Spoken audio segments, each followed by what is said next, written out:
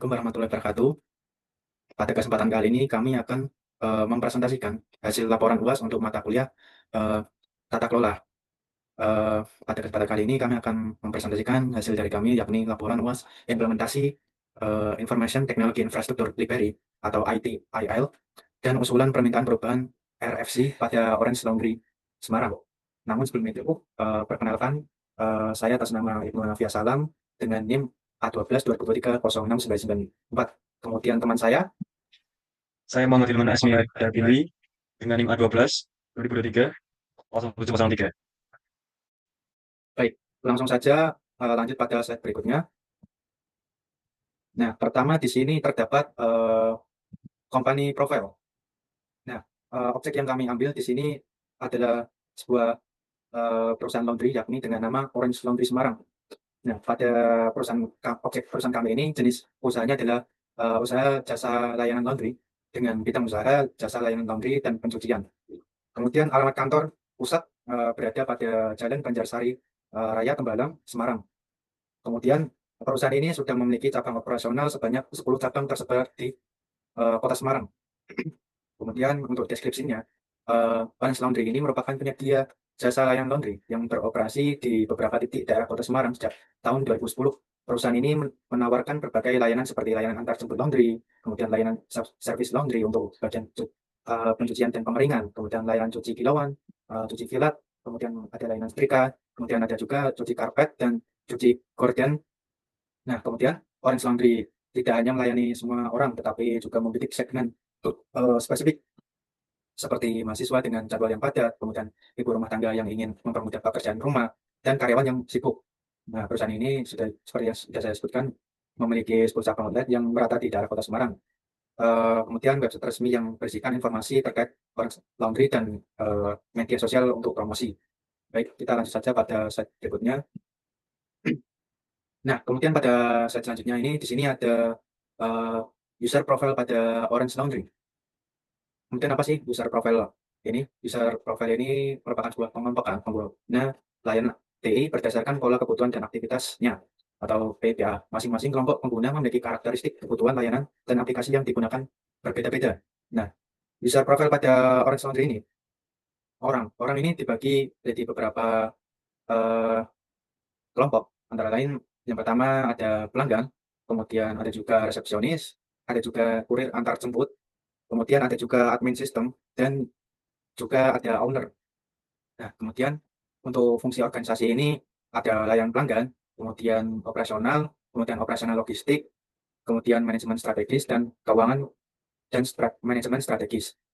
Kemudian untuk prosesnya sendiri, prosesnya terdapat pemesanan layanan laundry, kemudian pelacakan status pesanan, kemudian pengembalian dan pengantaran pakaian, kemudian ada juga penanganan keluhan pelanggan dan pengelolaan data pelanggan dan analitik. Kemudian aplikasinya yakni antara lain website interaksi, kemudian ada sistem CRM berbasis cloud, kemudian ada juga sistem pelacakan kurir real time, ada juga aplikasi notifikasi otomatis atau WhatsApp atau SMS gateway, dan dashboard laporan CRM dan monitoring performa cabang. Baik, kurang lebihnya itu untuk user profile pada Orange Laundry. Pada slide selanjutnya, di sini terdapat business case pada Orange Laundry. Pada business case-nya, yang pertama di sini ada benefit atau manfaat. Di sini dibagi dua tabel. Yang pertama ada kategori dan manfaat. Pada kategori pertama di sini ada operasional. Operasional ini manfaat business case-nya otomatisasi proses order dan pencatatan manajemen beban kerja lebih akurat. Kemudian kategori pelanggan, manfaatnya peningkatan kepuasan melalui pelacakan cucian dan notifikasi real time. Kemudian pada kategori finansial, manfaat yang didapatkan dari business case ini efisiensi biaya operasional dan peningkatan retensi pelanggan. Kemudian pada kategori strategis, manfaatnya layanan efisiensi dan keunggulan kompetitif melalui transformasi digital. Nah, kemudian dari bagian cost atau biaya, di sini dibagi ada tiga, yakni jenis biaya, kemudian kejelasan, dan estimasi. Untuk yang pertama di sini jenis biaya, di sini terdapat yang pertama ada capital cost. Capital cost ini penjelasannya adalah untuk server sistem pos digital dan integrasi sistem siaran dan website dengan estimasi biaya sekitar 75 juta. Kemudian operasional cost dengan rincian pelatihan staff, kemudian maintenance, hosting, dan layanan sistem cloud. Ini biaya estimasinya sekitar 72 juta. Kemudian pengembangan di sini rinciannya yakni sebagai biaya pengembangan aplikasi, pelacakan status, dan cucian metode pelayanan non tunai, yakni estimasinya sebesar 45 juta. Kemudian untuk cost jenis biaya marketing support, ini berisi tentang promosi digital untuk transisi layanan dengan estimasi biaya 10 juta. Nah, jadi total keseluruhannya untuk diterapkan ke seluruh cabang perusahaan, yakni total estimasinya kira-kira biaya mencapai biaya implementasinya yakni 202 juta rupiah. Kurang lebih itu untuk eh, biayanya. Kemudian dari resiko dan mitigasi. Resiko sendiri di sini dibagi jadi resiko, dampak, dan mitigasi. Resiko yang pertama, adaptasi SDM rendah dan dampaknya gangguan operasional awal. Mitigasinya bisa menerapkan pelatihan bertahap, SOP jelas. Kemudian resiko. Resiko ini ada gangguan sistem digital, dampak antrian, dan keluhan pelanggan. Dengan mitigasi, backup sistem, kemudian SLA tinggi dari penyedia layanan TI. Kemudian resiko yang ketiga ada biaya besar, tidak sesuai ROI. Dampak resiko kerugian awal dengan mitigasinya, pilot project di outlet utama, evaluasi sebelum scale up. Kemudian resiko yang keempat, di sini ada ketergantungan vendor. Dampaknya resiko layanan terganggu. Kemudian mitigasinya yang bisa digunakan di sini gunakan solusi open platform dan kontrak secara tertulis. Kurang lebihnya itu untuk bagian dari business case pada Orange Laundry. Kemudian lanjut pada slide berikutnya, di sini terdapat service katalog pada Orange Laundry. Nah, untuk service katalog pada Orange Laundry ini, yang pertama deskripsi layanan. Deskripsi layanan yakni dengan nama layanan informasi pemesanan digital Orange Laundry. Platform yang digunakan adalah platform berbasis digital, non aplikasi mobile. Kemudian URL yakni yang bisa diakses atau sebagai berikut, dengan akses 24 jam per tujuh melalui browser, HP, atau komputer bisa. Kemudian untuk fungsi dan manfaat sendiri, memberikan informasi lengkap tentang layanan laundry, kemudian menampilkan lokasi outlet secara detail, kemudian menyediakan akses cepat ke pemesanan via WhatsApp, kemudian mengurangi antrian fisik dan meningkatkan efisiensi.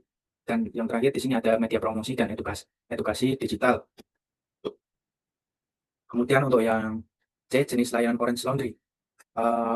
Jenis layanan Orange Laundry sendiri memiliki beberapa jenis layanan, yakni pertama ada cucian kiloan premium, kemudian cucian sofa, spring bed, dan jok mobil, kemudian ada juga cucian karpet, gorden, dan boneka, dan keempat cuci tas dan sepatu premium. Kemudian ada juga layanan cuci helm premium dan cuci pakaian terpotong atau juga dry clean. Kurang lebih itu untuk service katalog yang pertama. Kemudian untuk service katalog yang kedua di sini ada prosedur penggunaan layanan. Nah, prosedurnya di sini pertama kita harus mengakses website Orange Laundry terlebih dahulu dengan link yang ada pada sebelumnya di sini. Ini merupakan linknya. Nah, kemudian langkah kedua, pilih jenis layanan yang dibutuhkan. Kemudian yang ketiga, klik tombol website untuk menghubungi admin. Ini juga bisa digunakan untuk menanyakan seputar berhubungan dengan layanan Orange Laundry. Kemudian admin akan mengkonfirmasi pesanan dan menjadwalkan layanan. Kemudian yang kelima, layanan dilaksanakan sesuai kesepakatan yang diinput oleh pengguna. Kemudian Service Level Agreement atau SLA. Ketersediaan website bisa diakses 24 jam sehari. Kemudian respon WhatsApp, terdapat sebuah SOP yang mana maksimal 30 menit untuk setiap pegawai memberikan balasan. Kemudian jam operasional Orange Laundry sendiri berkisar dari jam 8 pagi hingga jam 9 malam. Kemudian update informasi minimal akan dilakukan 1 kali setiap 2 bulan. Kemudian untuk proses permintaan maksimal 2 jam setelah konfirmasi. Nah, kemudian untuk informasi kontak sendiri ada nomor WhatsApp yang tertera di sini. Kemudian ini juga ada link website yang bisa diakses. Ini merupakan Instagram dari Orange Laundry Semarang. Dan ini merupakan alamat dari outlet pusat dari Orange Laundry Semarang yang berada pada Jalan Banjarsari Raya, Tembalang, Semarang. Nah, kemudian pada servis katalog selanjutnya di sini ada beberapa contoh cabang lokasinya. Di sini yang pertama ada Tembalang, ini adalah pusat outletnya, merupakan cabang utama berada di Tembalang dengan alamat berikut. Banjarsari Raya nomor 5 Semarang. Kemudian ada juga di Banyumanik, Jalan Setiabudi nomor 120 Semarang, dan ada juga di Nyalihan dengan Jalan Prof. Hamka nomor 30 Semarang, dan Sambangan Jalan Menoreh Raya nomor 10 Semarang. Kemudian manfaat servis katalog ini memberikan transparansi ke pelanggan, tahu persis bagaimana layanan yang tersedia. Kemudian efisiensi karena mengurangi waktu tanya jawab berulang karena sudah diberikan informasi pada website. Ataupun ada juga admin yang setia untuk melayani staf pelayanan pelanggan. Kemudian akuntabilitas karena SLA yang jelas memberikan standar pelayanan. Kemudian ada juga kemudian akses karena informasi terpusat dan mudah diakses oleh siapapun. Kemudian transformasi digital ini mendukung modernisasi layanan laundry. Dan yang ketujuh, keunggulan implementasi. Implementasinya website ini sudah terintegrasi dengan WhatsApp, memudahkan komunikasi langsung, kemudian responsif dapat diakses di HP maupun komputer, dan komprehensif mencakup semua jenis layanan laundry yang telah ditawarkan. Dan terjadwal, sistem penjemputan sudah disediakan dan pengantaran yang terorganisir. Kurang lebih itu dari penjelasan servis katalog pada Orange Laundry Semarang. Dan mungkin pada sesi berikutnya akan dilanjutkan oleh teman saya.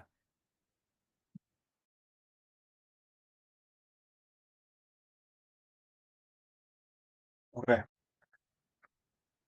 Selanjutnya ini masuk ke slide pemetaan permasalahan Orange Laundry ke domain ITIL. Kami mengidentifikasi masalah di Orange Laundry itu seperti sistem manual, tidak ada tagging laundry, dan website yang belum optimal. Masalah-masalah ini kemudian kami petakan ke 5 domain ITIL.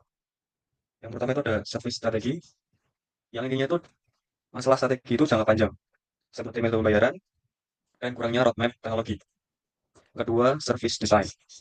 Intinya adalah sistem belum dirancang optimal, tidak ada fitur pelacakan dan struktur arsitektur kurang matang. Yang ketiga, service transition. Itu intinya adalah kurang pelatihan dan transisi sistem baru yang belum berjalan baik. Yang keempat, itu service operation. Nah, ini adalah kualitas layanan harian yang tidak konsisten dan masih manual. Yang terakhir adalah continual service improvement. Itu tidak adanya evaluasi rutin atau feedback pelanggan yang digunakan.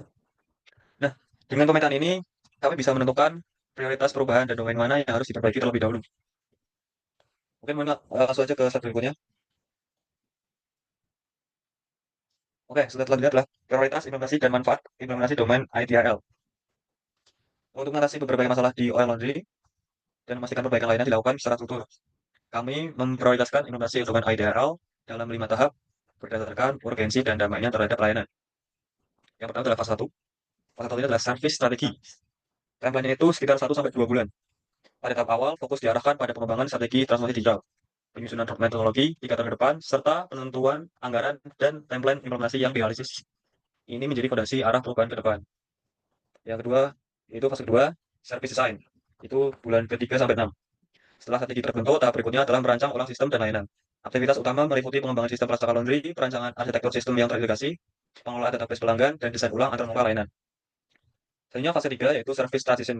Itu bulan 7 sampai 9. Pada fase ini sistem yang sudah dirancang akan mulai diimplementasikan secara bertahap melalui pilot project di 2 outlet. Pelatihan untuk staf dilakukan agar transisi berjalan mulus serta disiapkan panduan SOP yang baru. Selanjutnya fase 4 yaitu service operation bulan 10 sampai 12. Setelah sistem berjalan dilakukan pemantauan operasional termasuk tracking performa layanan dan respon pelanggan terhadap sistem baru. Sistem akan disempurnakan berdasarkan hasil evaluasi operasional harian. Yang terakhir fase 5 yaitu continual service improvement. Ini ongoing, evaluasi dilakukan secara rutin untuk menemukan area perbaikan, feedback pelanggan dikumpulkan secara berkala, dan KPI layanan digunakan untuk menilai keberhasilan implementasi. Nah, manfaat implementasinya itu adalah yang pertama, dalam jangka pendek 6 sampai 12 bulan itu meningkatkan efisiensi operasional dan mempercepat proses pelayanan. Jangka menengah 1 sampai 2 tahun menurunkan biaya operasional, meningkatkan stabilitas sistem dan memperkuat SDM internal. Jangka panjang 2 sampai 3 tahun meningkatkan stabilitas bisnis, mengambil keputusan berbasis data dan mengambil investasi TI yang optimal. Dengan tahapan ini, Orange Laundry dapat menjalankan transformasi digital secara terukur, mengurangi resiko, dan memastikan bahwa perubahan memberikan manfaat nyata bagi pelanggan dan bisnis. Selanjutnya, slide selanjutnya.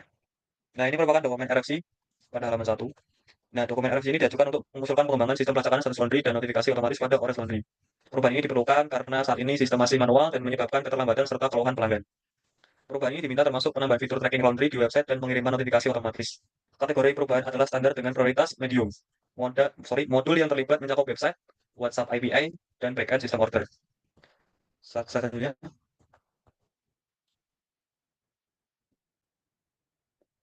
Nah, pada dokumen RFC halaman kedua, perubahan ini ditolak oleh Change Advisor Board atau CAB. Penolakan didasarkan pada beberapa pertimbangan, antara lain anggaran yang diusulkan terlalu besar untuk kondisi keuangan perusahaan saat ini. Kedua, strategi mitigasi risiko belum dianggap cukup matang. Yang ketiga, perlu studi kelayakan tambahan dan pendekatan bertahap. Selanjutnya.